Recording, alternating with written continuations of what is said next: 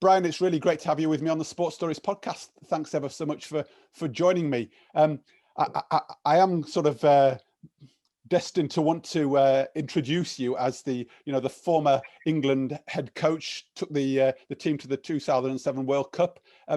Would you like to just give yourself a bit of an introduction, just so those that don't know who you are, and most people probably do, but just give me a little bit of a background as to who you are and what you've done quickly. Right, yeah, well, born in the 1940s, 1946 to be precise, in a place called Lee in South Lancashire, which is a great rugby league town. Yeah, so I'm a sort of a child of the 50s, really, I suppose. The street games 50s, where I learned to play all my sport with no coaching, which, looking back now, sometimes I think was a real blessing.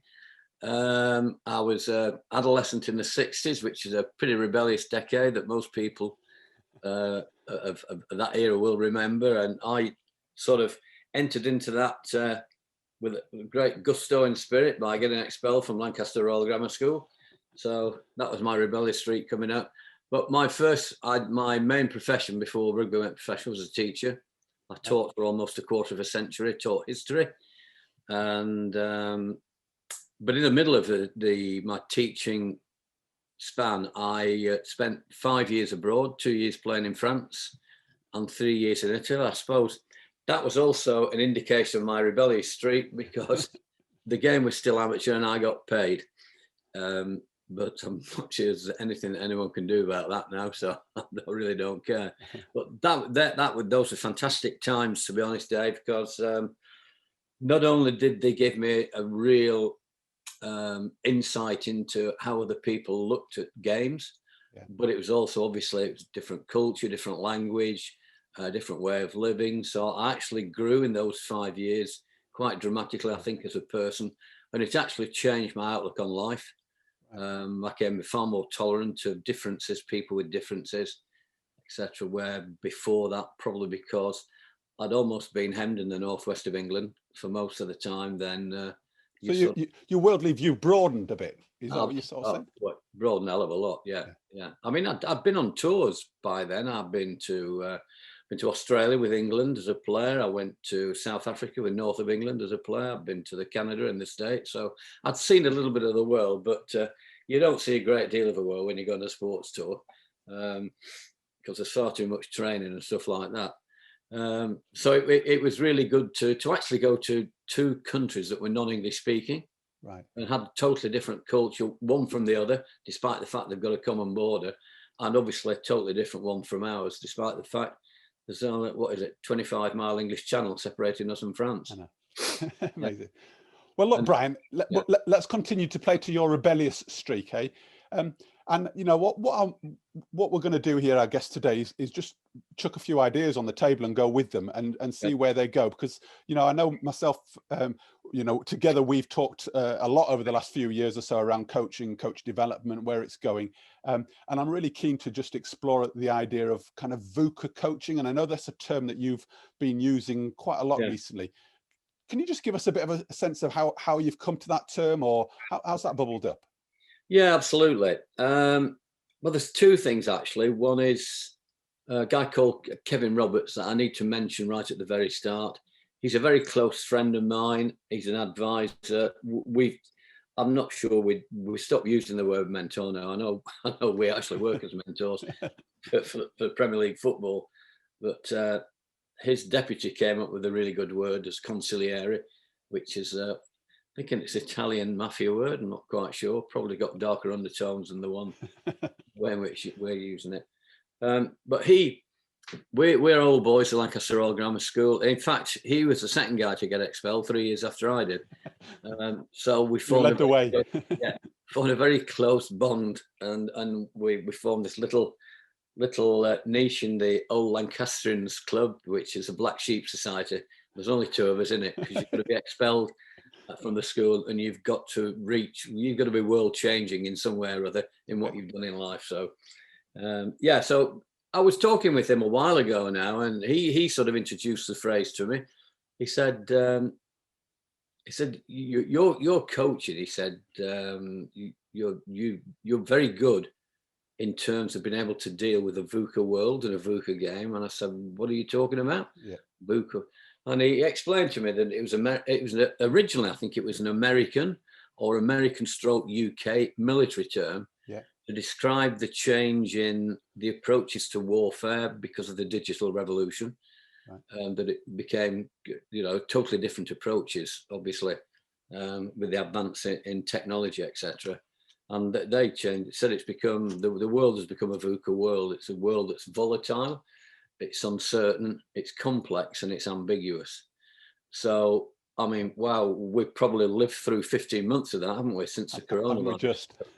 And so, and I must admit, it's been really interesting to watch and listen to how people have dealt with it.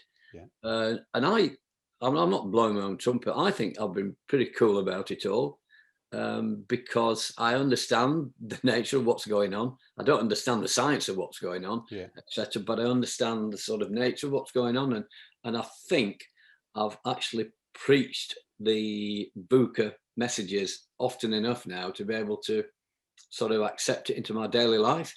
Right. When you say you understand what's going on, not the science, but what do you mean by that?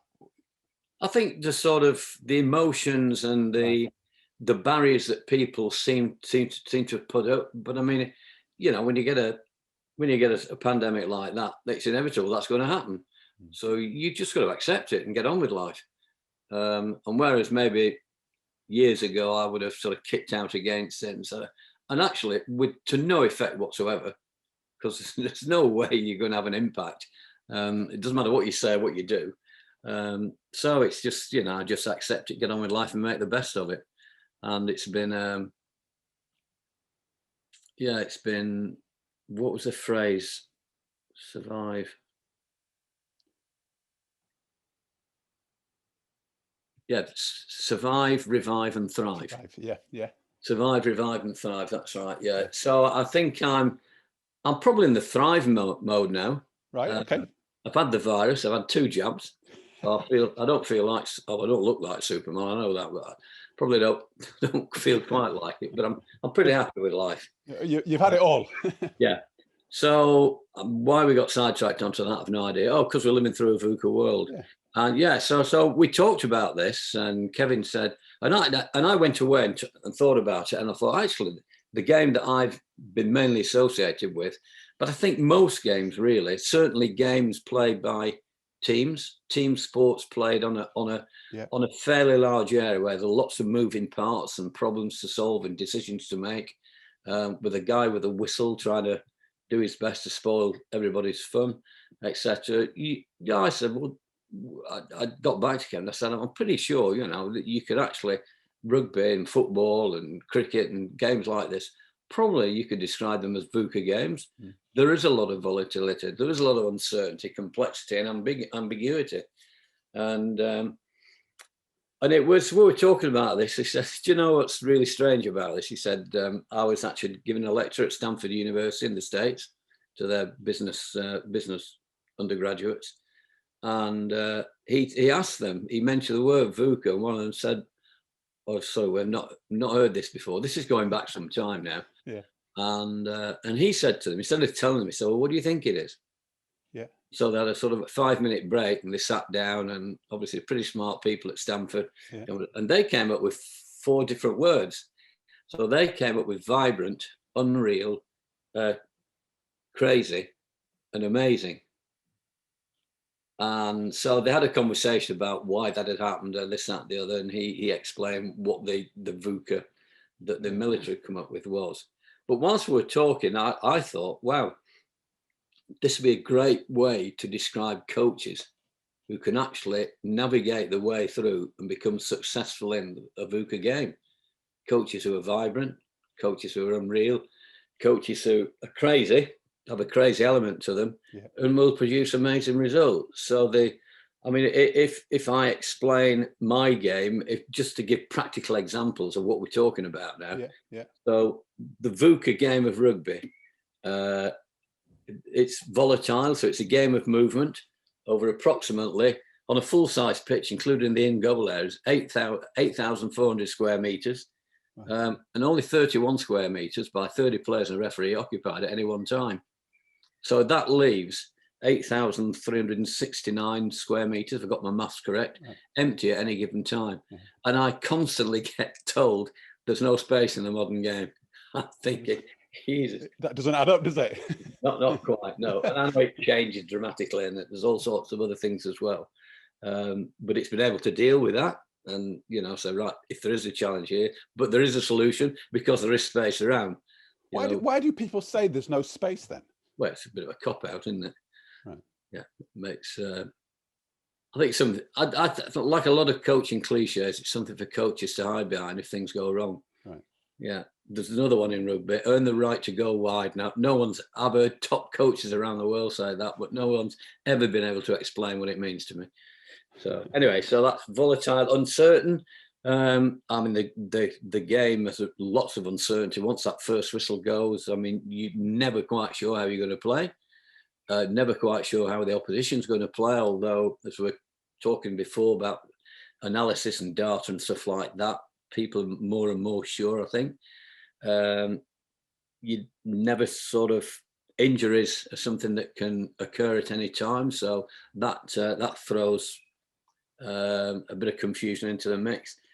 Red cards, yellow cards, you know, one of your best players can get red carded. Yeah. Refereeing interpretations and decisions, etc., can have a massive effect on the mental side of the game. Yeah. So there's a lot of uncertainty.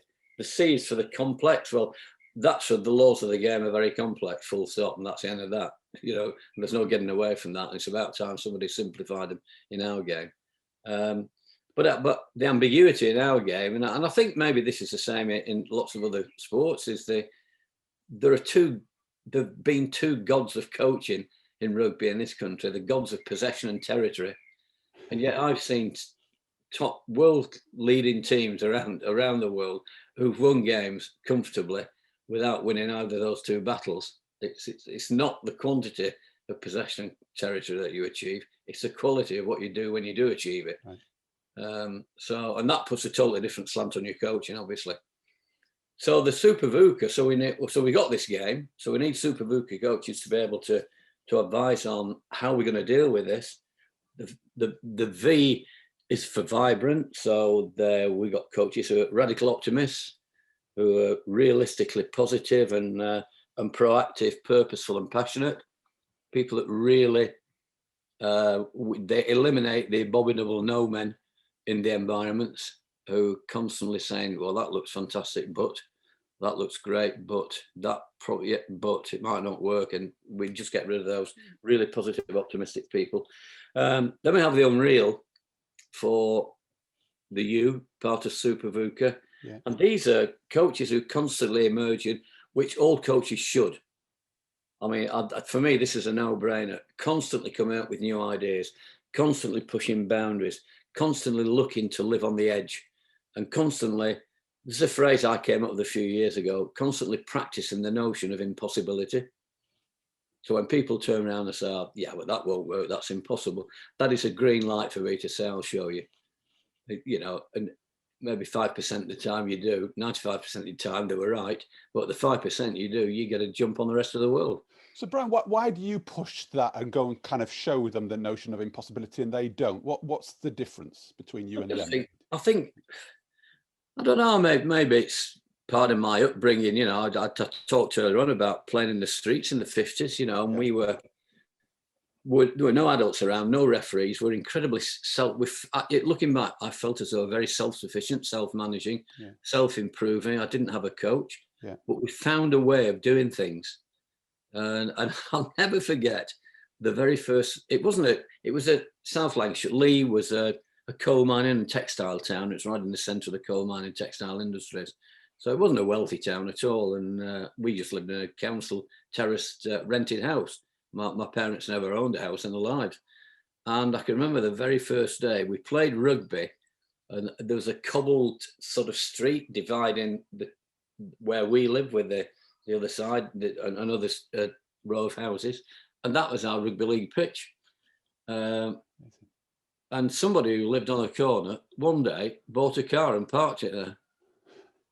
Whoa, what are you doing? you can't do that. I think it was 1954. I remember it because I remember we were due to play our version of Warrington versus Halifax Rugby League Challenge Cup final. And of course, so I went and knocked on the door and said, can you go and park your car somewhere else for the next 3 or 4 hours whilst we play our final? And fair play to them, they did. But I mean, that's the sort of thing. Things like obstacles like that were popping up all the time. I remember we were playing a test match once on the other side of the road where there's a fantastic dirt track that we use as our wicket, but it was next to the textile factory. And we're sort of halfway through England's innings. It was England and Australia. And the factory siren went off with the fire alarm. All these people came pouring out of the factory right across the pitch. It's like a pitch invasion. Okay, what are you doing? Exactly, yeah. Get back in. Yeah. So I think, and over a period of time, you developed this mentality of finding a way to do things, so that when people turn around and said to me, oh, that's just not possible, I think, well, hang on a minute. How do you know until you try and find a way to do it? Practice this impossibility that you talk about and see, A, if you can find a solution to what you think is not possible, but B, if you can't, there might be another spin-off that you've never even considered before. You can actually go down that route and add that to your game. So it's constant having this. I suppose it's part of having this growth mindset of and accepting personal challenge as part of my DNA, really. Yeah. And I guess that's where my mind went, is whether you can actually develop this mindset, this way of thinking. Is this something that you've been brought up with, or what's stopping coaches go down this track of, pushing the boundaries and this notion of impossibility? Well, I would imagine the answer is fear. Right.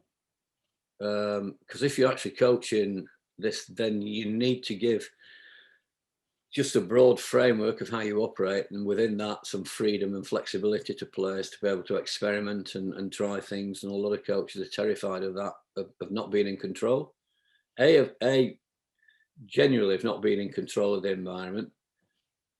B, not being seen to be in control of the environment by peer groups, peer coaches who might be observing the session. C, I think if the players that you're working with have come from a real command control background, where they've been their expectations that the coach knows everything and tells them what to do. So there's a fear that the players might think, this guy doesn't know what he's doing. He keeps asking us questions, he's telling us things. And I think also, obviously, in the professional world, there might be the fear of, if I operate like this and success is elusive initially, well, what are the people who employ me going to think? So I think there's a big fear element in this. And that external perception, isn't it, often? Because and so it might well be, to be honest, David, that that you need to be able to go down that route. You probably need a little bit of experience. I think it's quite difficult for young coaches to overcome all those fears. I think it's pretty natural to want to be in control when you start your coaching life. Just have some order in what's going on. And I guess, or the belief, because I'm hearing from you that you've grown your belief in this, actually, that this methodology or this approach is both exciting, but there's some real positive performance gains in it. That's absolutely. Yeah, I mean, absolutely. And if you can create this sort of vibrant family environment, which obviously is probably the strongest bond we have, the family bond, and people will actually buy into this, then I've been in environments at school level, at club level, and international level as well, where that's happened. And the site, it's been so exciting, and it's been very difficult for the opposition to play against. And it's been and underpin it all, it's been fantastic fun. Yeah. It's there's nothing for me. It's nothing better in life than doing something different and it working. I just cannot imagine myself sitting around doing the same thing day in, day out. Even now at the age of 74, in the middle of a pandemic, when I'm sort of semi-retired, etc., I still look for things to do during the day that maybe, or do them slightly differently, or. And Brian, has that then always been you, do you think, right the way from from Lancaster Grammar School all the way through, pretty much? Yeah, I think it's been me since I was a little kid. Sure. And I was, you know, whether this is part of it or not, I've no idea. But I won a scholarship to Lancaster Grammar School, and in fact, I was on the front page, a photograph of the Lee Journal in my Lancaster Grammar School uniform, because no one knew of anybody from Lee who'd ever been to a boarding school before. Wow. And it was my headmaster at the junior school in Lee who suggested to my parents, he said, I think your son's nature, his characteristics are probably better suited to a boarding education than going to the local grammar school. I mean, I ended up at local grammar school anyway. I got expelled from Lancaster, so I did 2 years there and thoroughly enjoyed it, to be honest. Had a go at both. Yeah, so there must have been something in my characteristics. But yeah, so just moving on from Unreal. So the next one was Crazy. Yeah. So sort of, it's the crazy coaches, the guys we've just been talking about, I suppose, who take these ideas, take these impossible notions and actually make them work. So we're sort of a bit of a missing link in the coaching world. We'll take on board crazy ideas. We're sort of like the mad scientists that suddenly come up with a good solution. And I always say I'd compare the crazy coaches to the people like Dick Fosbury, who in 1968 at Penn State University, I think, ran up to a high jump bar and jumped over backwards. Everybody the wrong way. You can't do that. And he was a really smart guy.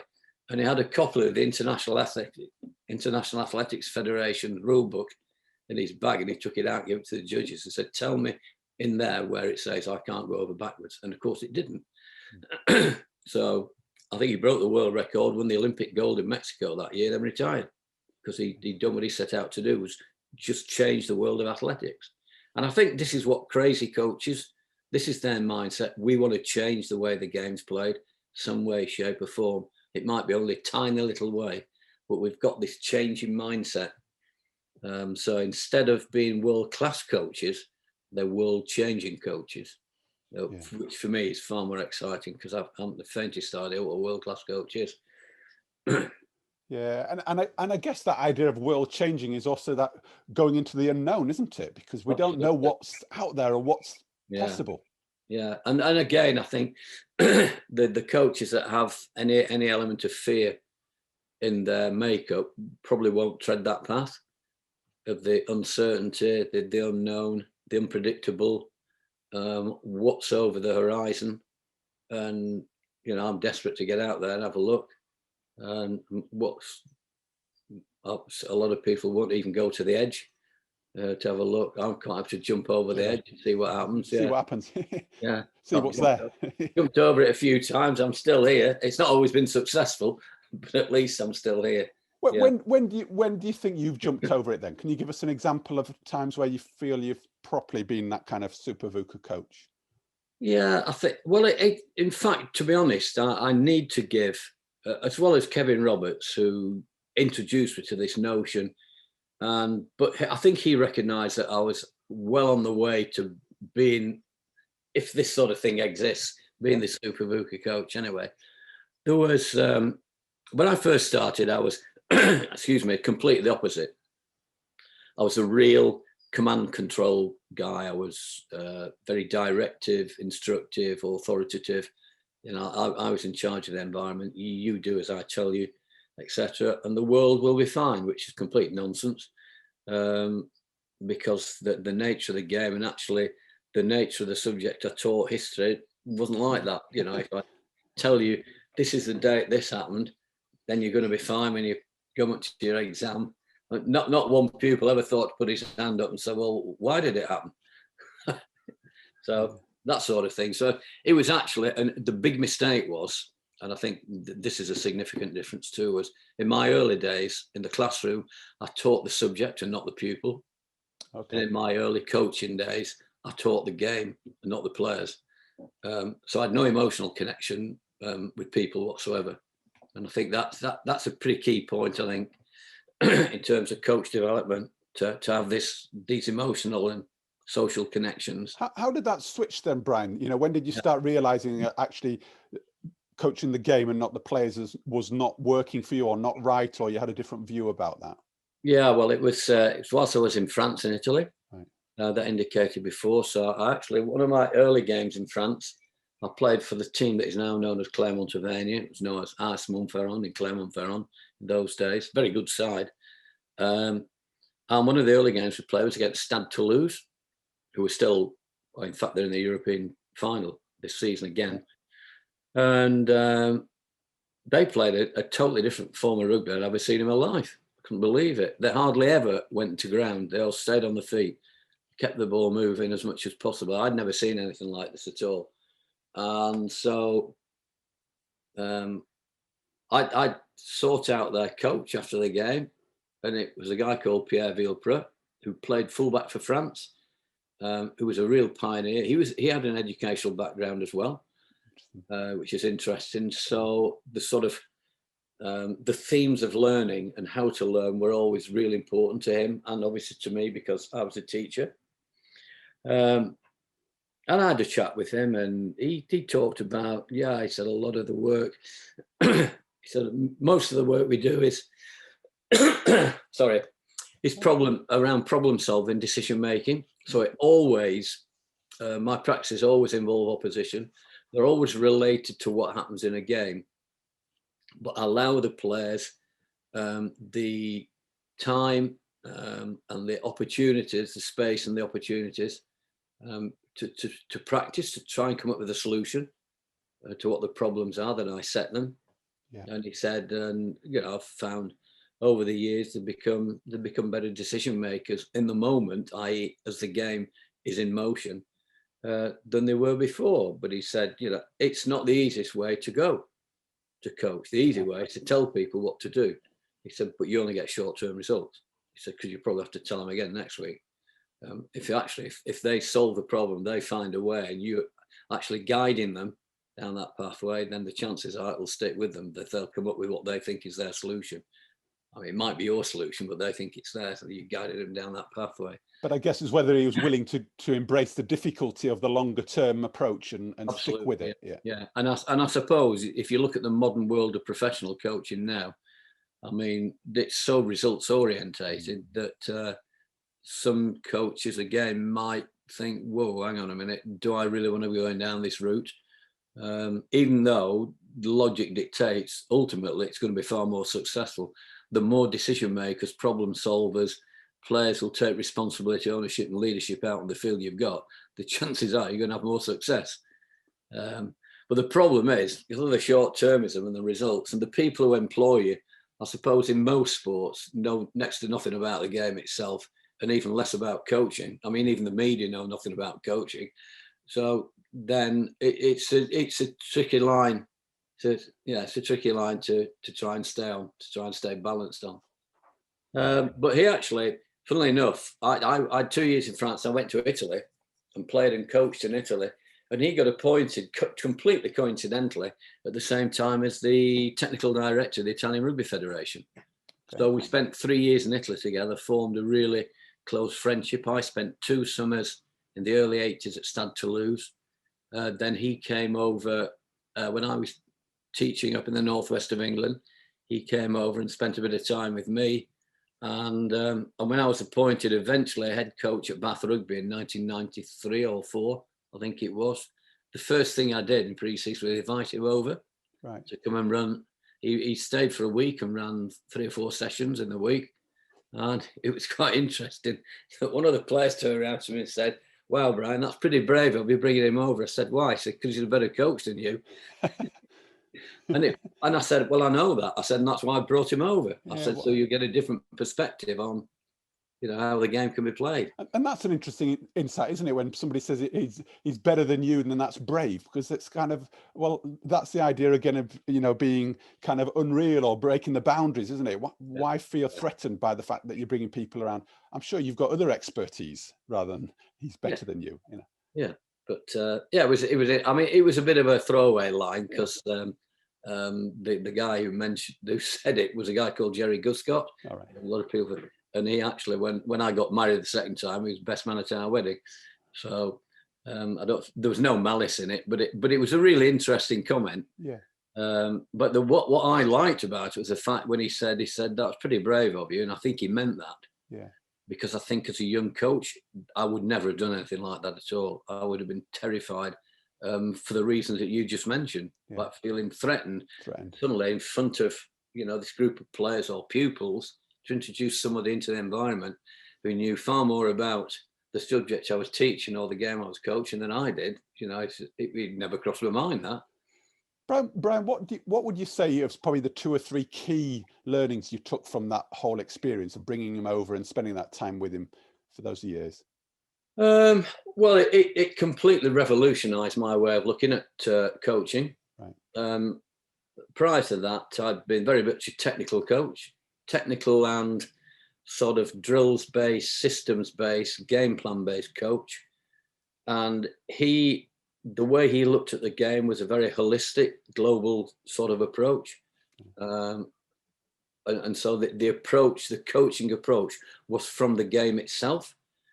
And I can remember when he'd gone that I sat down during school holidays and got hold of some of the videotapes, as we had in those days, of some of the Bath games the previous season, and went through them and designed my coaching sessions to make sure there was no doubt that they were real to the game itself.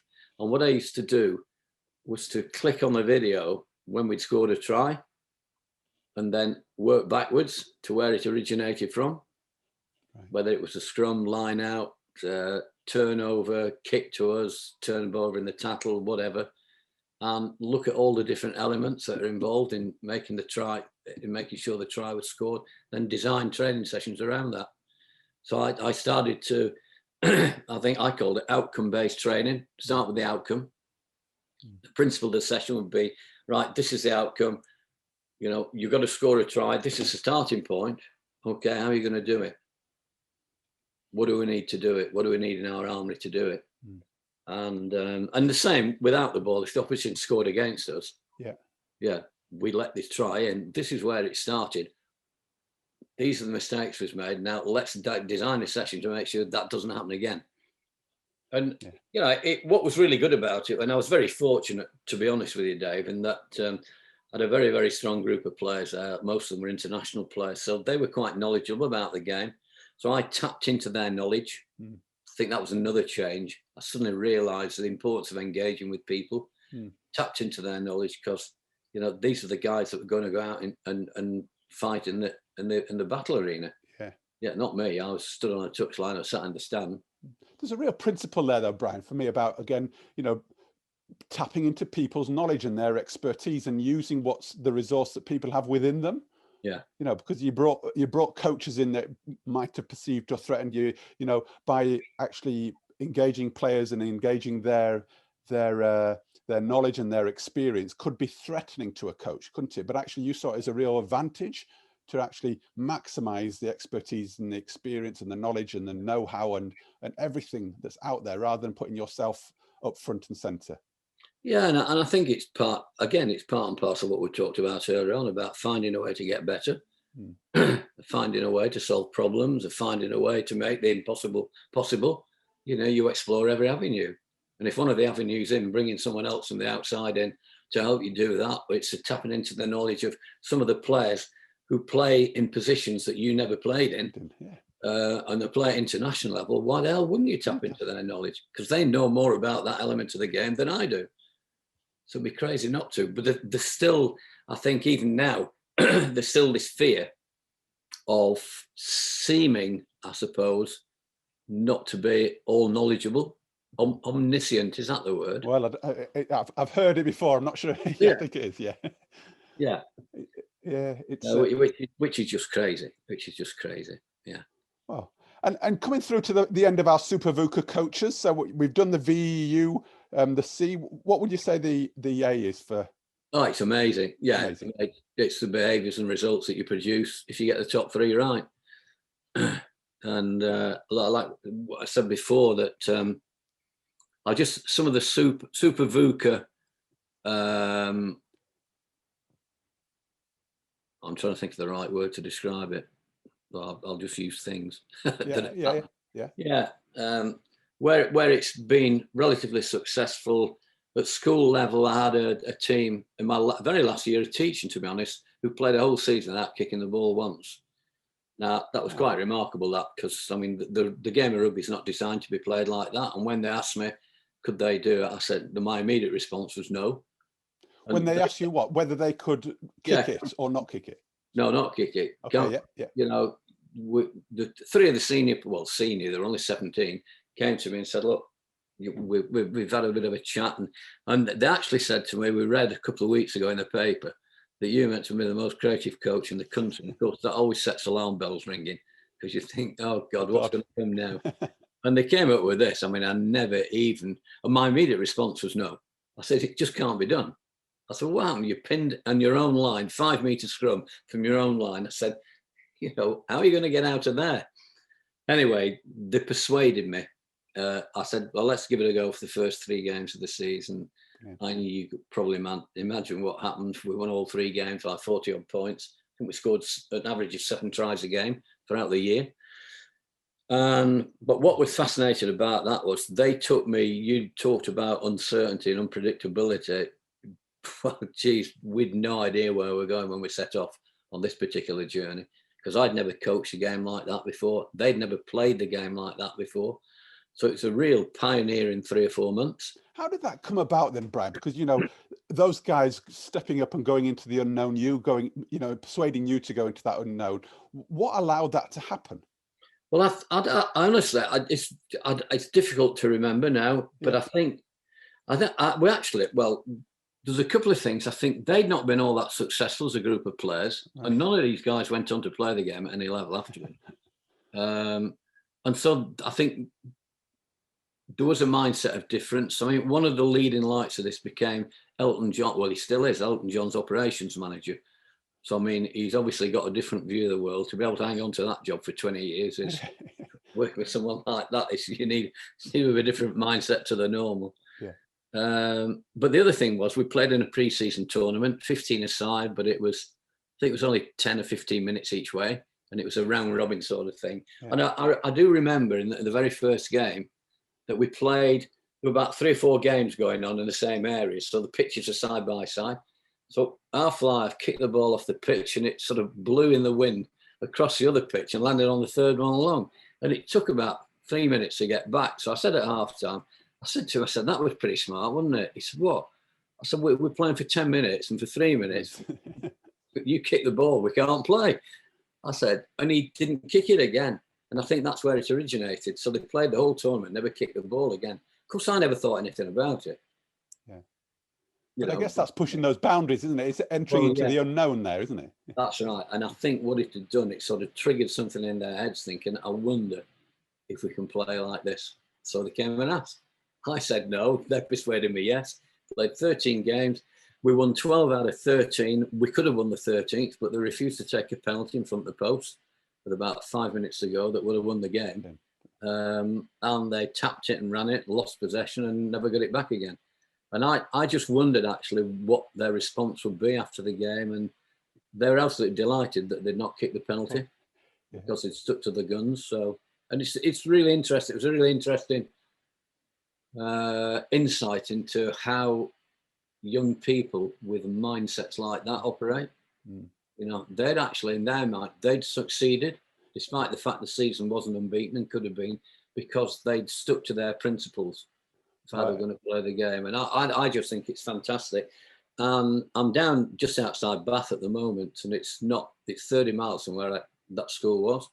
And a lot of the pupils are still around the area, and I actually met them last year for the first time for 20 odd years. And they were flying in from all over the world. One of the guys did the electric show, the lights show, I think, for the 2012 Olympics in London. Amazing. So, you know, they were, but you would never have guessed in your life these guys would go on to do things like that. And it was interesting, them talking about, they said that was they didn't realise the challenge you'd taken on, but they were determined to see it through. And they said it has. For some of them, it's had a real impact on how they've approached their life since then. Do you know what? And it really makes me think there about the kind of, you know, what we measure as success. you know, is it results or how we can change the focus of what we're doing? And I just love the idea of these guys.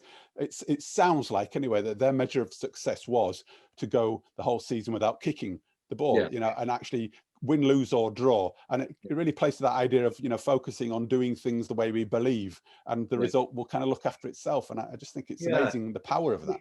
Absolutely. And if you do it well enough, then the chances are that you're going to be pretty successful. It's like anything in life, isn't it? Yeah. Since I was talking, it was via Zoom because I was not allowed to travel now. I still been working for with New Zealand Rugby, and I was on a presentation, a coaching course, coach development course from coaches around the world, but we're all on screen.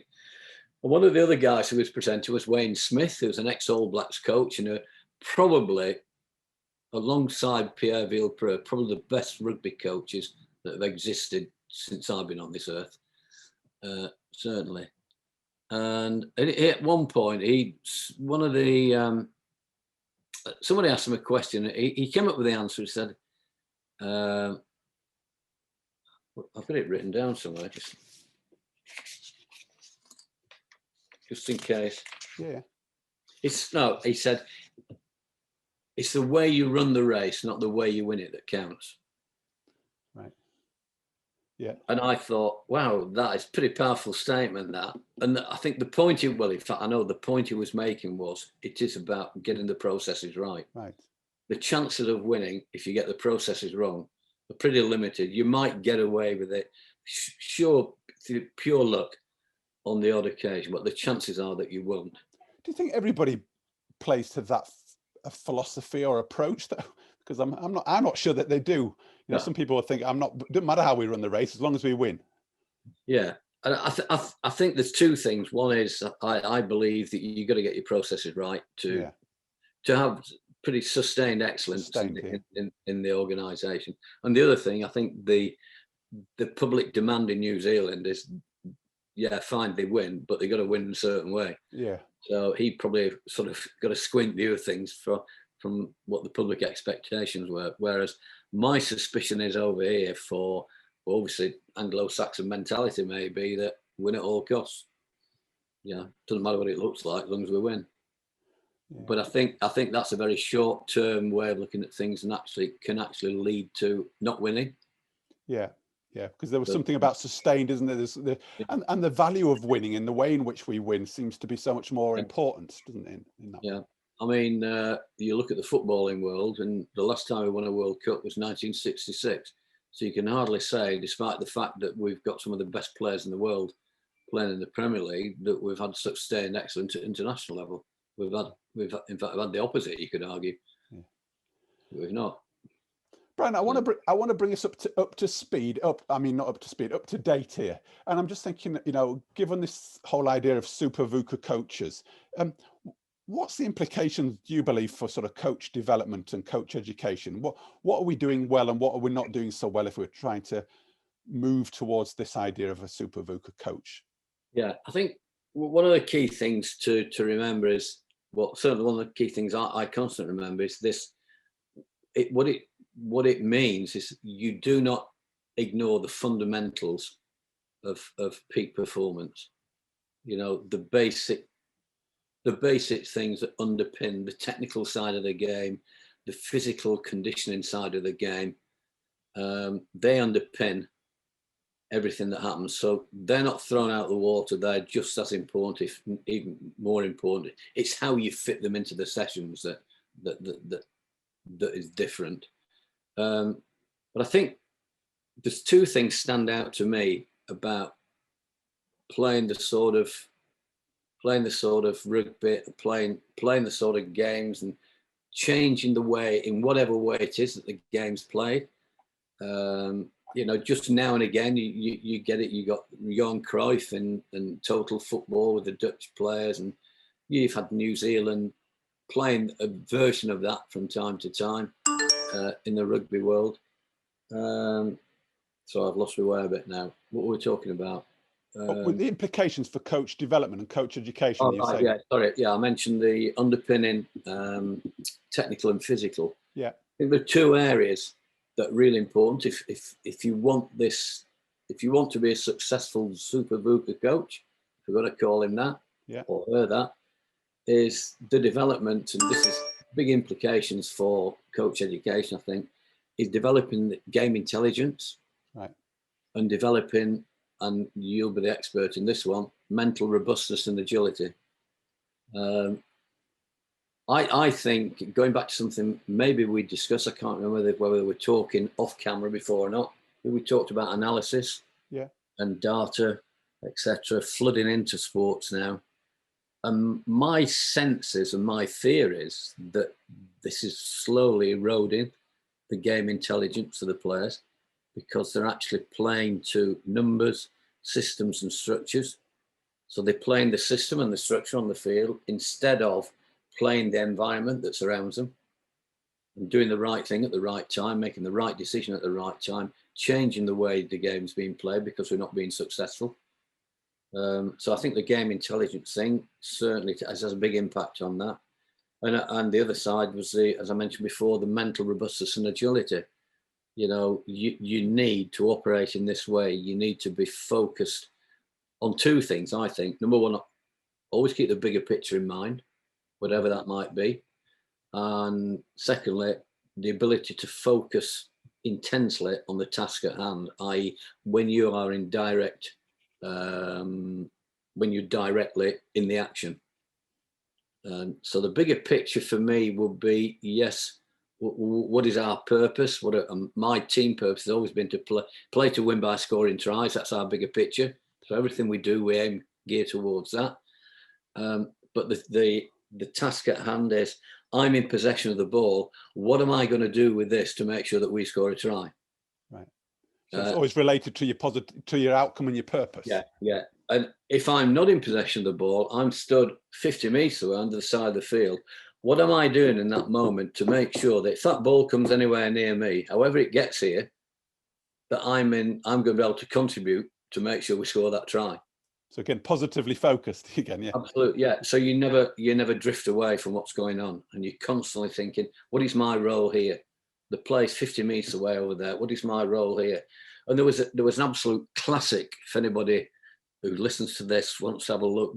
I know it's a rugby clip, but it's from a general sporting sense to illustrate that. Is in 2013, the All Blacks played Ireland in Dublin, and it was the last game of their season. They played 13 internationals, won all 13. No side in the professional era had ever won every single international game in a year. And they were ravaged with injury. They're obviously knackered through travelling around the world, etc., etc.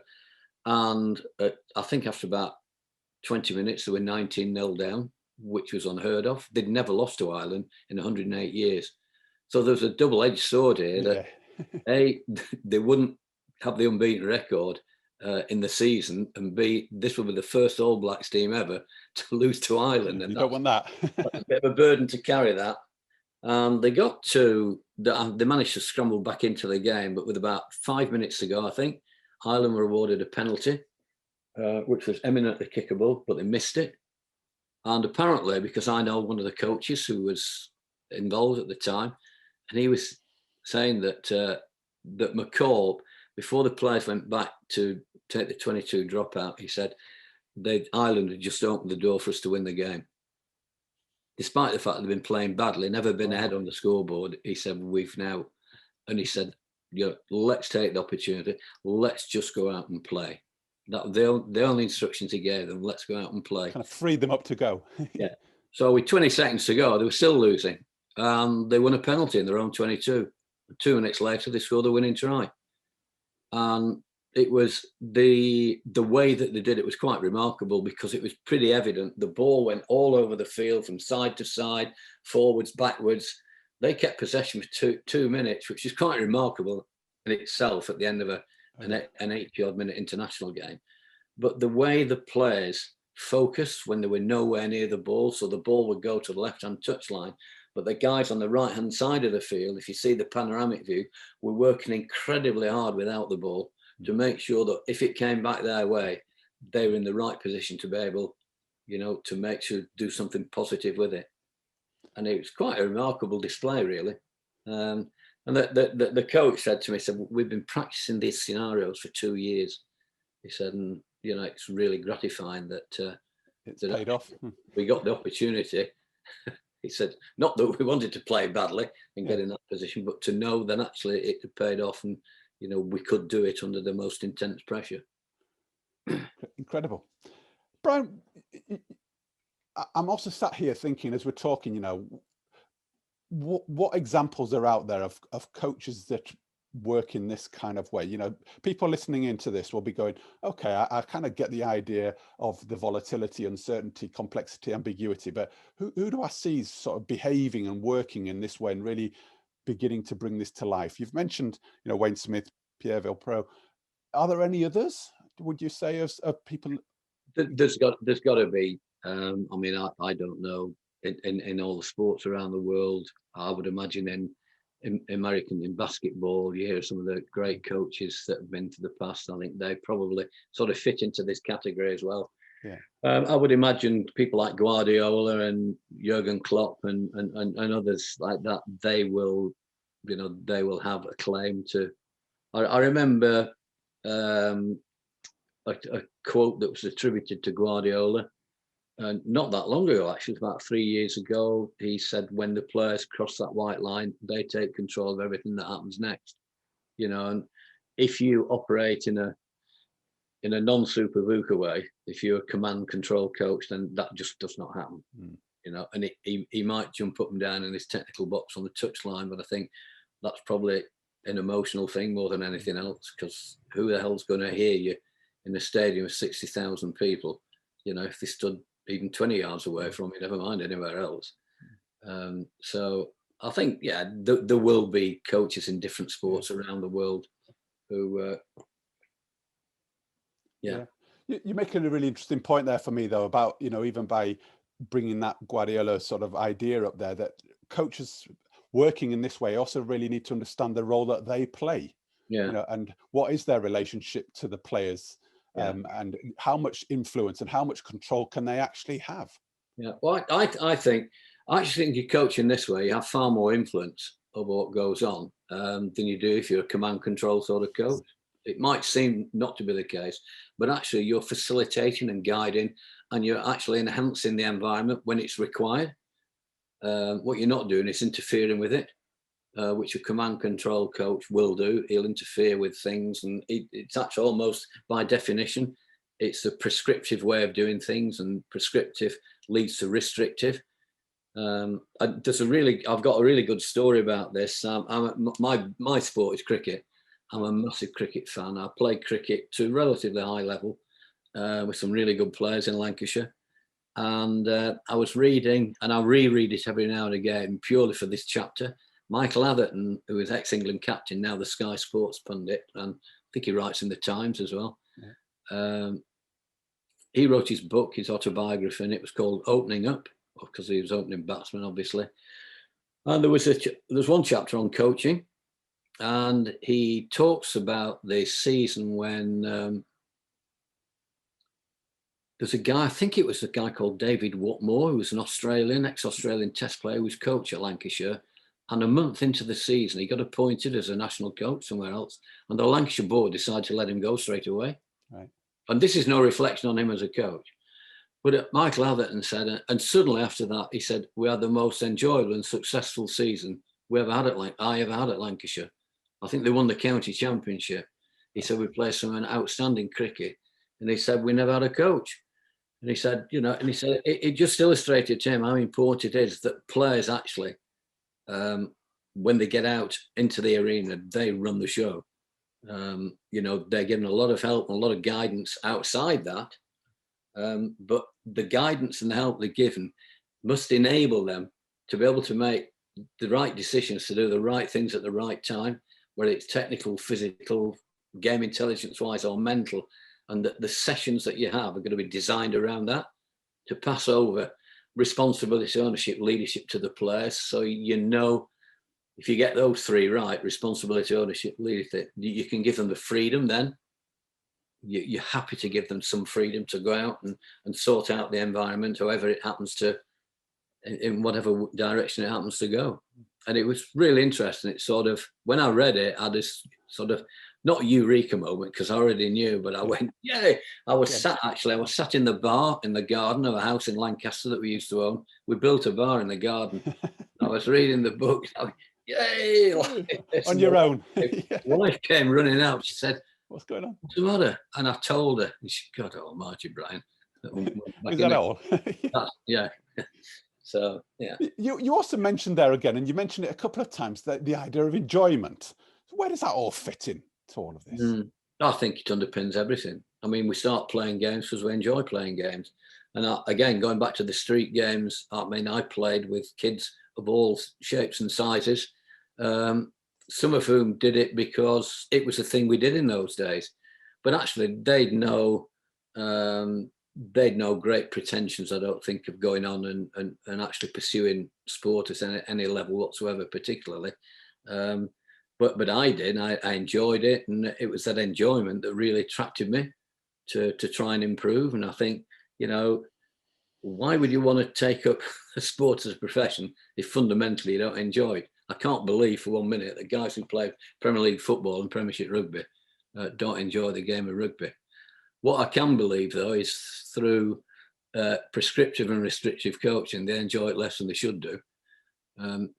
But I think fun underpins everything. And I think there was an article, Dan Carter, the ex-All Blacks number 10, it was over the weekend, I think. Someone had interviewed him either in the Guardian Saturday morning, and I picked it up online. And he said, we've got to keep the fun in the game, otherwise it'll just go stale for all the players. And I thought, God, if somebody like that is saying, he's probably the best number 10 that the world's ever seen, probably one of the greatest rugby players the world's ever seen. If he's saying that, then you take notice. But you will know, David, I suppose, in any walk of life, if people are enjoying themselves and they're in good spirits, then you get more out of them than if, you ain't going to get a top performance out of 15 miserable buggers on a rugby field. And I think, and I play back to probably the principle of everything you're saying here. If we make it game related and build on it and play to people's strengths and the positivity, which, is something that I've heard come through in everything you've described, these all seem like ingredients towards both enjoyment, but also leads to high performance and success. Yeah.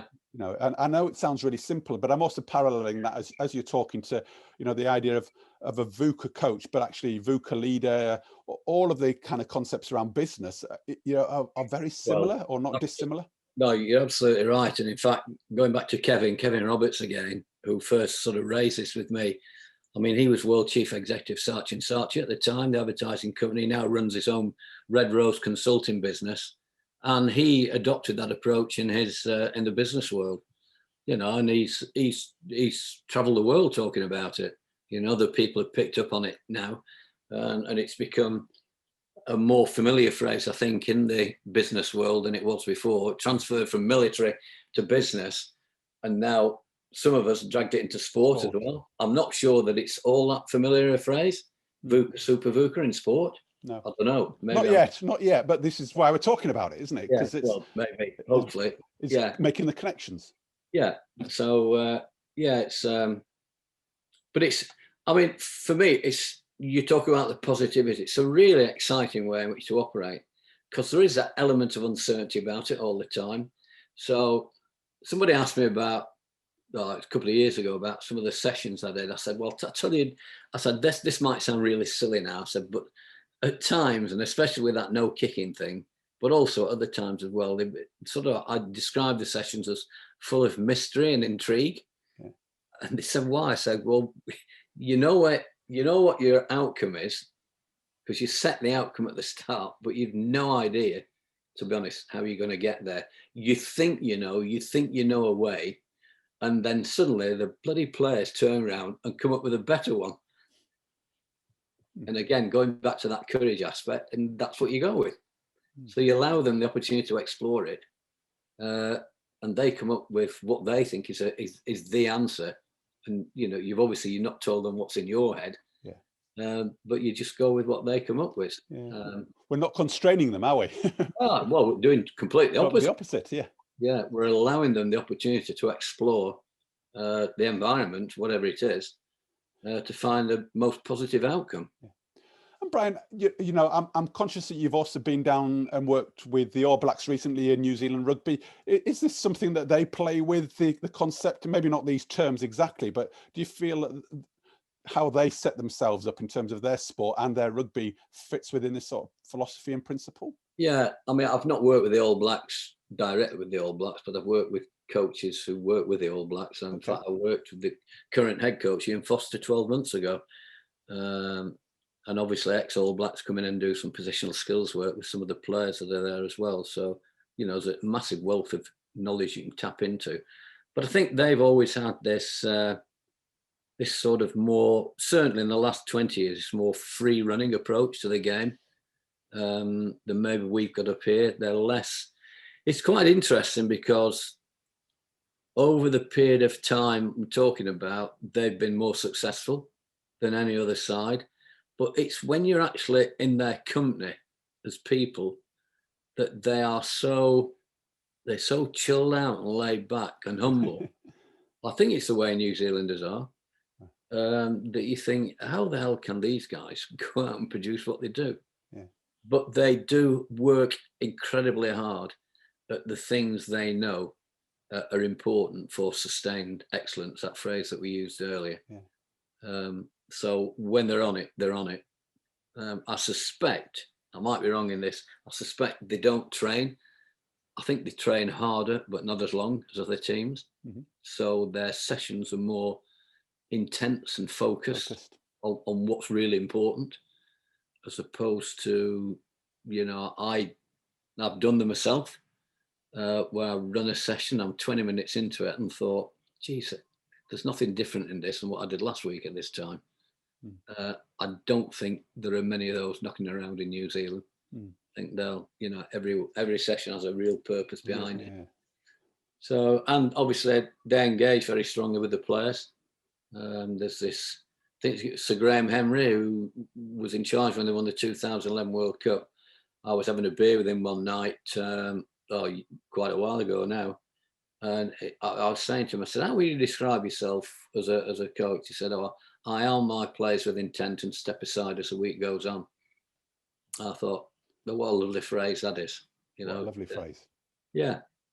And so it's, it's been a really interesting, what's been fascinating for me is my first ever appointment as a senior England coach, I was the assistant coach in 1985 and the senior tour to New Zealand. So it was the first time I ever operated at the top level. And my eyes were opened at the sort of, in those days, it was the speed at which they played the game and accuracy. And it was only actually working alongside them with them that I realised that it was the clarity and simplicity of their approach allowed them to do that. You know, there's no fancy ideas in New Zealand rugby. They might have the odd player who does an unbelievably spectacular thing, but that's because, you know, I think probably the Maori mindset allows them, you know, to think and play, and they give them the freedom to play and do things like that out in the field. But by and large, their game is pretty simple. You know, you go in the direction of the try line, so you go forward, you support the guy with the ball, and we just never let the ball die. We keep the continuity going as much as we can. Or do they just make it look simple, Brian? Well, maybe, possibly. Yeah. And I think, you know, it is their national sport. And I know there's a concern in New Zealand at the moment that less and less young kids are playing it for sort of, I think it's probably the concussion that's sort of resonated around the world, etc. But also the other thing is that they coach the sort of game I was talking about before, the game intelligence, right from square one. Yeah. We focus on the technical bits. They focus on, no, let's learn how to play the game first, because the technical bits, dead easy to add on. Yeah, do it the other way around, it's a lot more difficult. Yeah. So they're a lot smarter players. They're street games players. They're a lot smarter when they're young kids. So Brian, just to bring us to a close, I've got two probably last questions. And one of them would be, you mentioned about Graham Henry and how he described himself as a coach. How do you describe yourself as a coach? I suppose I'd as a coach, I like to change the way the game's played. I think that's all. For a long time now, that's been my sort of raison d'etre. Change the way the game's played, and it, you know, and it that sort of futuristic mindset, that sort of adventurous approach, can actually take you into areas that you didn't even know existed. And I was dragged into one by the lads at school. But actually, you know, and that was a massive impact on me as a coach. That thinking, actually, who knows where you can go? And I did a presentation yesterday for Rugby Union Level 4 about peak performance, and I called it. I wasn't being a smart ass. I'd called it ad infinitum et ultra, which is to infinity and beyond.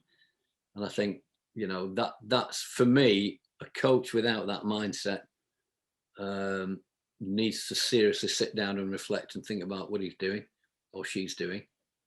You've got to just keep pushing boundaries all the time, smashing them down, looking for the next one, smashing that down. Yeah. And I'm drawn back to the idea of, you know, your early experiences at Lancaster Grammar School, your introduction to sport, all of those sort of things. And you know, as I've got to know you over the years, you know, your passion, your desire through those years, and again today, in terms of really wanting to, yes, push boundaries, but to help other people grow and develop, whether they be players or coaches. Yeah. And I'm just wondering what advice you might give based on your experiences to up and coming coaches or players across sport.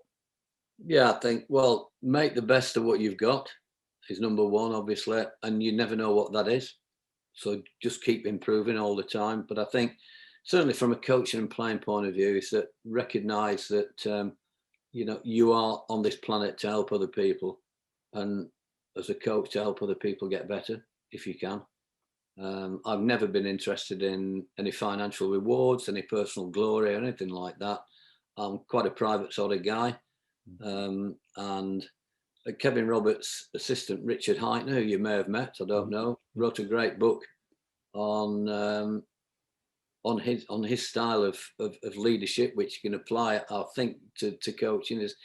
It was conciliary, leading from the shadows. I think that probably sums me up. And the way I feel that we can all do that. Yeah. You don't have to be out there thumping tubs saying I'm the greatest and this, that, and the other. You know, we can lead and help, but do it quietly in the right sort of way from the shadows. And I think you get a very satisfying life.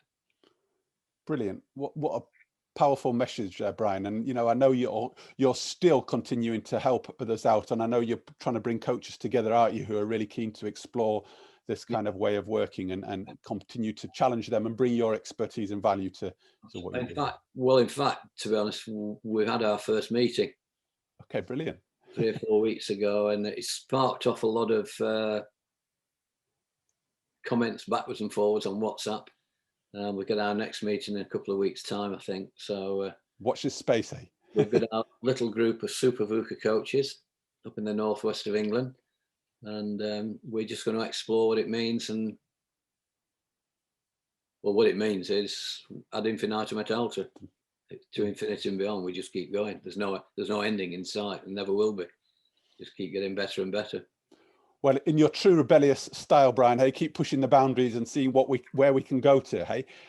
You know, and it just really leads me to say massive thanks. You know, I know I could sit here and we could talk like this all day, and we do often talk about these sort of things, but I just want to give you a massive thanks for giving the time up and putting this on record, because for me, it's made me think, and I really hope part of the Sports Stories kind of podcast theme is to not just be entertaining, but really help people think about how they do what they do, why they do what they do, whether it be in rugby, whether it be in coaching, whether it be in leadership, whether it be in life, actually. So I think we've really pressed that button pretty solidly. So thank you.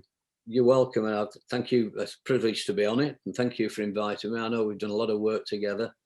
And, you know, and every day I try to do things, as I said, slightly differently, and just keep learning from people like yourself, other people I work with, by reading and watching and listening.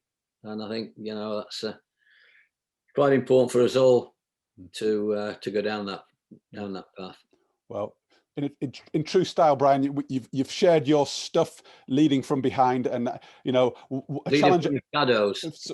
Leading from the shadows. Beg your pardon, but what I would challenge us to is let's come back again in a year's time and add a different question on the table, and you know, let's keep pushing and seeing where we can get to. Hey, absolutely, sounds fantastic, that, David. Yeah, brilliant. Thanks, Brian, and I appreciate your time. Take care. Okay, you too. Thanks a lot. Cheers.